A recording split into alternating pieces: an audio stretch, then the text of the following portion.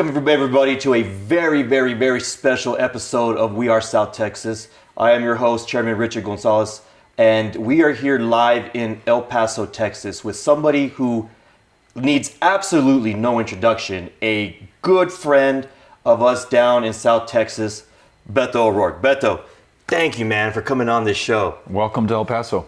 I appreciate that. You know, El Paso reminds me of a hybrid of San Antonio and the Valley, and it's a nice place. I like it here. Yeah, there's nothing else like it. I don't know another city I could really compare it to. It's the friendliest people, the best food in my opinion. You got the Chihuahuan Desert, the Rocky Mountains, you know, the city of Ciudad Juarez, all coming together in this one place. Sure. And it's just really magical. And so I'm so excited that you are here, Selena, the team, folks from the RGV, and the rest of Texas for that matter, celebrating our opportunities to win back power in the state of Texas. Absolutely. So you and I were just at state convention, and in my opinion, the energy was through the roof. I mean, what's your take? You were out there in the midst of it, man. You were talking to everybody. What's your take so far on the convention? It's really cool because, you know, if the convention's in Houston or Dallas or Austin, I love those places, and we've had great conventions in those cities, but they're the kind of expected places and not too hard to get there. To come to El Paso, you know, I'm talking to people who drove 13 hours, 11 hours, 8 hours. I mean, you know, even if you're coming from San Angelo or Midland or Odessa or Amarillo, you still got 4, 5, 6, 7 hours to get here to El Paso, and yet everybody made the effort. And now that they're here, they want to make sure that that effort, those drives, and the hard work they've been doing in the past pays off. And so I see a real commitment from people to do the work and to do what it's going to take over the next 5 months. Sure. To make sure that we win really important elections up and down the ballot. Absolutely. So recently, you put out a book, We've Got to Try. Mm-hmm. Can you tell our viewers and listeners, you know, what was that process like, and what's the book, and what's your hope that, you know, people take away from it? We have some of the worst, if not the worst, voter suppression and voter intimidation in Texas right now. It is harder to cast a ballot. It's harder to register to vote in our state than in any of the other 49. I wanted to understand how we got here, and more importantly, how we're going to get past it. And so in doing the research, you know, I learned a lot about the white primary, which existed from 1923 to 1944 in the state of Texas. It meant in practice that African-American Texans couldn't vote, Mexican-American Texans ultimately were unable to vote, and you had something that was no longer a democracy in the state of Texas. You also learned that there are these extraordinary heroes, people like Lawrence Nixon, who was a black physician who lived here in El Paso, who were more than a match for this white nationalism, this voter suppression, these Jim Crow laws. And ultimately, they broke the white primary. They helped inspire LBJ to pass both the Civil and Voting Rights Acts of 1964 and 1965. And they made us a much better country. And all of that came out of Texas. So when I see the suppression that exists today, some of the obstacles in our way, I just think it's important that we remind ourselves that not only can we overcome these challenges, we've overcome them before against much greater odds. It is within us as Texans to do what's necessary to make sure that we realize the potential and the promise of this country. And so, you know, that's what the book's about. You know, to your question about the convention and the energy you're feeling, I think that's what is on people's minds and what they feel in their hearts right now. We've got to do the work necessary to make sure that we come through. We know we can. Now let's get after it. So that's what the book's about. That's what this moment is about. Sure. That's what I'm about. And so you organized a movement and a group powered by people. For our listeners and viewers who are not familiar with that, could you let them know how did that come about, and you know, what's the overall goal of this group? So Powered by People, poweredxpeople.org, is organized to register and stay in touch with likely Democratic voters. These are folks in Hidalgo and El Paso counties and the other 252 who otherwise, you know, won't be able to register to vote online because we don't have that in Texas, or same day or automatically. Those options don't exist. But with a Powered by People volunteer who's also a volunteer deputy registrar certified to get people on the rolls, we can register them, and then we can personally stay in touch with them to make sure that they turn out and vote in what is arguably the most important election of our lifetimes. That's Powered by People. And what role is Powered by People going to take in this upcoming November election? Our sole focus is adding likely Democratic voters to the rolls and staying in touch with them and turning them out. So, for Colin Allred, who has the best chance of any state, any Democrat in any state, to add to our numbers in the Senate. This is the biggest pickup opportunity, going against the most hated member of the United States Senate. Absolutely. In Texas and outside, Ted Cruz. We want to make sure that in a close election, he has tens of thousands of net new Democrats that he can count on to turn out, to vote, to make sure their voice is heard, and to propel him to victory. I mean, he's doing the hard work. His team is extraordinary. They're raising money. They're messaging. They're doing everything a candidate should do. But all of us have to do our part as well to make sure that Colin can get over the line. And then every other Democrat running in every other significant race down the ballot from him, whether it's Congress, State House, Commissioner's Court, we want to make sure that they have every chance to succeed. Absolutely. And, Texas is such an interesting state because the gap is closing. And I know there was a huge sign out there that said Texas is a battleground state. Yeah. What's your take on that, on us being a battleground state this coming November? We are. You look at the numbers. When Obama was running for re-election, he lost the state by 16 points. When Hillary ran in 2016, she lost the state by 9 points. When Joe Biden ran in 2020, he lost the state by 5.5 points. So 16 to 9 to 5.5. Those candidates didn't spend time in this state. The DNC didn't spend money in this state. This was Texans like you in the Rio Grande Valley doing the work to make sure that other Texans are registered, they turn out, and they vote. So that trend is moving into the blue column faster here in Texas than in any other battleground state. So not only are we a battleground state with 40 electoral college votes, which will decide the presidency of the United States, we are also a battleground state that is moving faster to Democrats than any other. And so, look, I don't know when the DNC is going to fully wake up and fully invest in Texas. I don't know when presidential candidates are going to start taking our state seriously. We can't control them. What we can control is what we do with our time, our effort, and our resources. And for us, that means registering voters and getting them to turn out and vote. You're very familiar with everyday Texans and voters. In your time spent, just meeting with people statewide, what has been your biggest takeaway about just who are Texan voters? What are they about? What's your take on them? Because I feel like you have a very keen understanding of what a Texan voter is, what they're not, and kind of what they're looking for. I've been everywhere and I've talked to and listened to everyone. It doesn't really matter to me where you are in the state. Really even doesn't matter if you're a Republican or a Democrat or an independent, a non-voter, a future voter, or a person who cannot vote. If you live here, you're important to me and I want to listen to you. And what I take from that is that the vast majority of us are not okay with what this governor is trying to do to our public schools, defunding them, trying to drain resources to turn them into vouchers and send them to private schools. The vast majority of Texans are not okay with the most obscene abortion ban anywhere in America that is further exacerbating this crisis in maternal mortality. No Texan that I've met is okay with Uvalde, and more than 2 years later, not a single thing has changed to make it any less likely that any other child meet the same fate as those 19 kids did back on May 24th in 2022.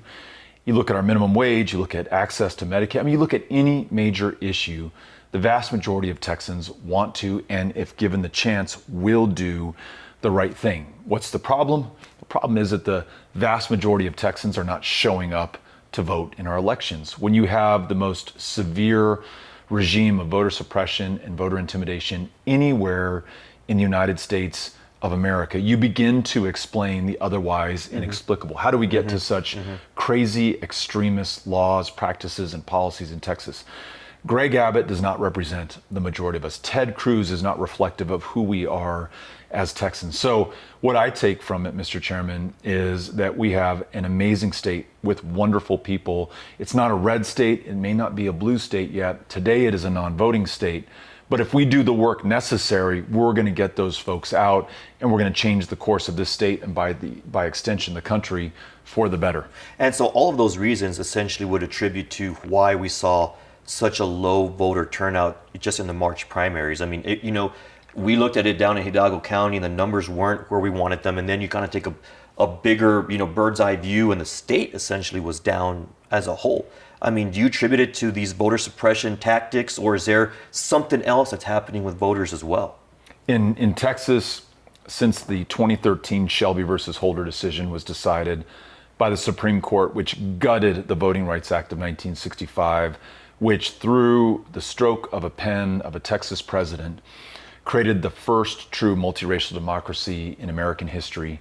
In the 10 years since that Shelby decision, Texas has closed more than 700 polling locations. It has redrawn and gerrymandered the congressional district map of the state to exclude Black and Mexican American voters from being able to decide the outcome of critically important, decisive congressional elections.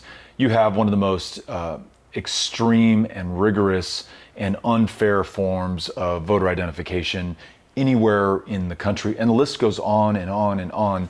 The toll that takes is not shared equally. I mean, they're not going after Republican voters. They're not going after red majority counties in this state. They're targeting the Rio Grande Valley. They're targeting El Paso. They're targeting Harris County most of all. Yeah. And why do they do that? Because they're afraid of the future. They see that same trend line that you and I talked about that we do. Obama by 16, Hillary down by 9, Joe Biden by 5.5. They know it's only a matter of time, and they're trying to forestall that for as long as they can through these anti-democracy measures that are making it so hard for people to vote. I saw a study not too long ago that said that the Latino population is now pretty much the most populous ethnicity in the state of Texas.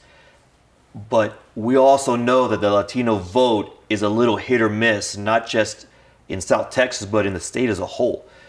In your travels around the state, what's your take on that? I mean, you've dealt with a lot of Latinos from South Texas to Houston to El Paso, and everywhere in between. What do you think is going on? I think the big mistake that everyone outside of the communities we're talking about makes is assuming that all voters of a given ethnicity are somehow the same, that Latinos are a monolith. I'll be in Hidalgo County and I'll meet someone whose family has been there for 8 generations, whose family may have literally preceded the state of Texas or the Republic of Texas, may have been settled there before Mexico was an independent country. I'll meet people who just came to this country 10 days ago. Mm-hmm. Those are going to be people who have vastly different experiences in this country through their families, even if they live in the same community, even if they have the same basic ethnicity. Treating these people, and when they're voters, these voters, with the respect and dignity that they deserve and are owed, not assuming because of where your family is from or what your last name is that you're going to vote for Democrats or vote for Republicans for that matter. And earning every single one of those votes is critical. It's why we know each other so well, why I've been down to the Rio Grande Valley more times literally than I can count. Sure. Because it is the hardest part of the state to get to. And so previously, so many people have literally phoned that work in. They haven't gone there in person. The only way I know to show that profound respect that people deserve is to meet people literally where they are. So I don't know that there's, in fact, I think I do know that there's not a silver bullet or a dollar amount that you could spend or a single message that would unite support amongst Latinos across this state. Mm-hmm. I think it is treating everybody individually with that respect that they deserve, making no assumptions, and doing more listening than we are speaking. I think from that we gain power, our opportunities grow, sure, and we win these important elections. Beto, you're in the trenches, man. You're still doing great work for our state. You're doing great work for our region through all the outreach that you're doing. Are you hopeful? Do you think that the Democrats are finally going to do what we need to do to just take that next step and take back our state and finally restore some normalcy, to it? I mean, what do you think? Are you optimistic? I'm more optimistic than I've ever been. And I think that comes from traveling the state, listening to people, doing it as a candidate, doing it now as a volunteer for Powered by People, listening to and meeting other volunteers. I mean, today where you and I are in El Paso, it's going to be 107 degrees. Yeah. And yet we have volunteers who are out there trying to register voters and then staying in touch with those voters going forward. We have amazing campaigns that are knocking on doors in this 105, 106, 107 degree heat. That cannot help but make you hopeful.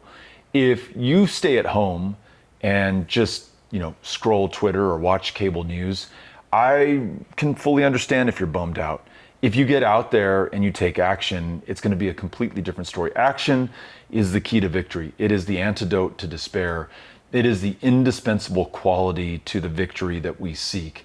And what I see right now is more than 4,500 Democrats who are converging on El Paso, Texas, to commit themselves to whatever action it is going to take in order to win, doing what they can with what they have, where they are.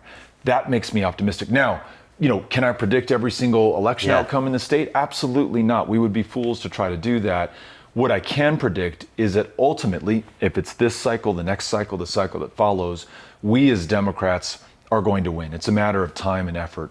The more effort, the more people putting in that effort, the shorter the wait for all of us. And that's the spirit of Texas Democrats right now.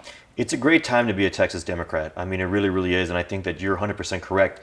The time for optimism is now, and so I think that we're in a very unique position to possibly in the very near future finally flip this state. I mean, that's going to be awesome. And, I have a very curious question, and this is not a policy question. This is just more for viewers and me out of sheer curiosity. Running a statewide campaign is something that in my mind, I can't even begin to fathom because this state is enormous. How do you keep just your mental and emotional cool when you're campaigning all over the state for months? I mean, how do you balance it as a candidate, someone who's been out there? I mean, how do you just keep it together, man? Well, I don't know that there's any balance, and I know for sure it's not always kept together.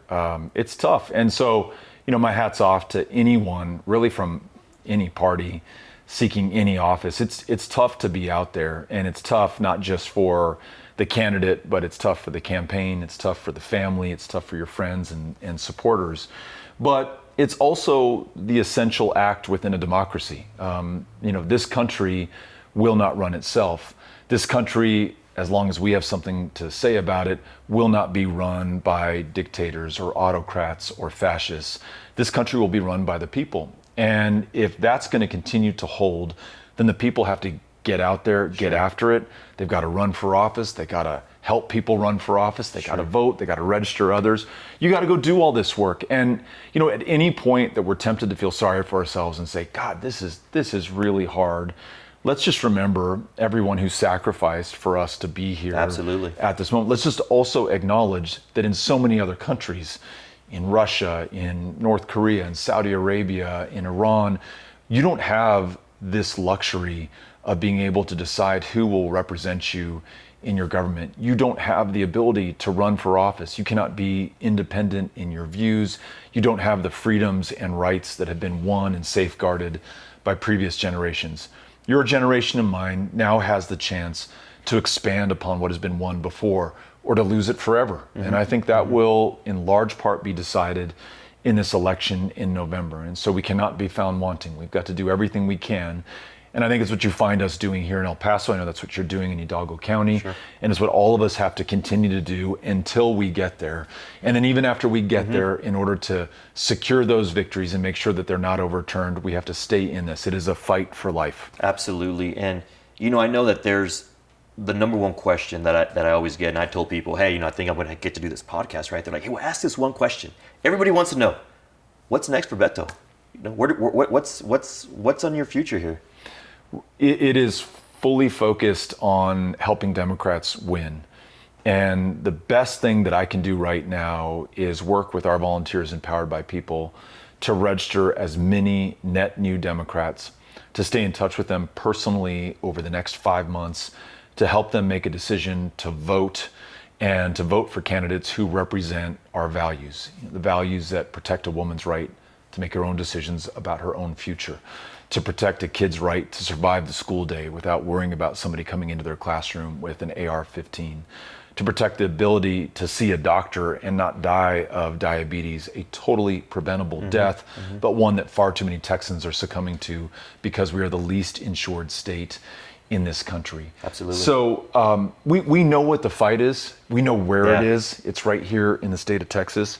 This is on all of us to do our part. And I really feel, just based on the energy that we're seeing in the state right now, what you and I just saw at this convention, that we're going to get there. Now, when we get there is anybody's We don't know guess. yet, yeah. But the fact that we do get there is up to us, and it means that we've got to do the work. That's awesome. And we hear this a lot.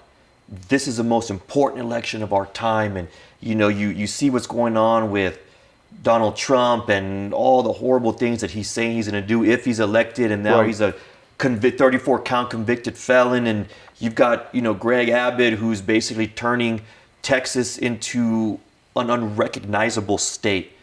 But this truly is probably the most important election, because who we are as a democracy, as a people, as a country is at stake.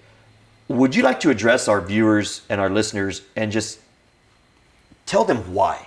Give them the reason why they need to get up, get involved, and go vote. Every single thing, literally, that you, I, our fellow Texans and Americans could care about will be decided in this election, including the most fundamental question in our country, which is whether or not we will have a democracy. The Republican presidential likely nominee has promised to become a dictator on day one. He's described this election, in his words, as the final battle. He is someone who talks about immigrants poisoning the blood of America. That's a line that you could lift from Mein Kampf or hear right out of the mouth of Adolf Hitler. He's promised vengeance on his political enemies should he win power again.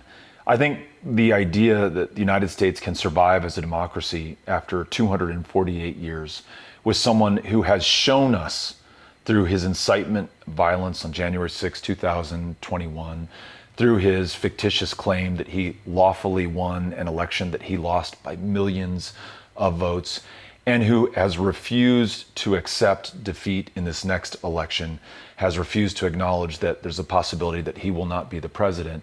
I mean, everything else that you care about, whether it's reproductive health care, whether it's about the quality of your kids' schools, whether it's about the economy, whether it's about anything, will all be decided on this central question of whether or not we have a democracy. And that question, in turn, will be decided by whether or not you vote. And there are folks who aren't excited about the choices. I get that. There are people who say, you know what, Beto, I've voted in previous elections and my life hasn't gotten better. I just don't know that this works. Hey, I can't blame you for feeling that. But if you sit this one out, you could very well be contributing to the end of what Abraham Lincoln called the last best hope of Earth. So let's make sure that we come through for one another. Let's make sure that we listen to and work with people who aren't feeling it right now. There are a lot of people out there who fit that description. Let's be patient and generous with them, show them some grace, bring them back in, and make sure that they're part of that margin of victory that we need in order to sustain the greatest experiment the world has ever known. Beto, thank you, man. I appreciate you taking the time. Thank you for being so gracious in your home city and for inviting us into your beautiful home. You know you're always welcome in South Texas. You're a great friend to us down in Hidalgo County. So anytime that you're ever in there, please, feel free. It's your home down there too.